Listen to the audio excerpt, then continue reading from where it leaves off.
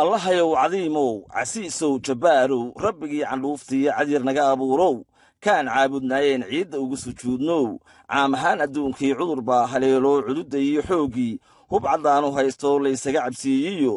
culimmadii aqoontiiyo colkii saynisyahankiiyo cilmi baadhayaashii xag kastaba u cararoo weli way cakirantee ugu dambeyntii wasiirka wasaaradda waxbarashadu waxa uu baaq u diray dhammaanba waalidiinta kala duwan ee dugsiyada gaarka loo leeyahay bahda jaamacadu in ay soo bixiyaan fiigii ardayda laga qaadi jiray waxaanu tilmaamay in wasaaradda aan u xisaabsanayn ardayga aan bixinin fiigaasi inta ay lagu guda jiro xanuunka covid-19 dugsiyadii gaarka loo maamulayay iyo jaamacadihii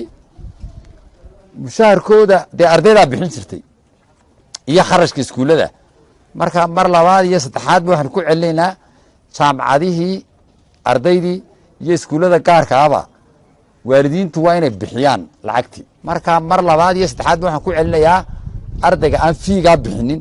dee wuxuu la mid yihiin inuu iskuulkii ka baxay marka mar labaad iyo saddexaadba waxaan ku celinayaa ardayga aan fiigaa bixinin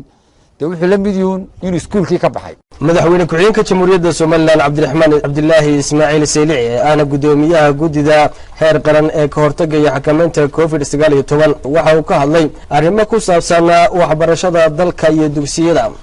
kamid ah xagii waxbarashadii waxaan isla garanay fasxii caadiga caruurtii iskuullada ay galaan iskuullada markaa bisha 8 dib loo furo marka waxbarashadana go'aankaas ka gaadhnay imtixaanadiina qiimeyn baa loo sameynayaa maadaama ay suuragal noqon weyday in carruurtii meel isku keeno imtixaan laga qaado maadaama ay suuragal noqon weyday in carruurtii system noo diyaarsan online lagu wada qaadi karaa carruurtii intaa leekayd iskuulka koowaad class koowaad laga bilaabay ilaa iyo jaamacad waxaan isla gartay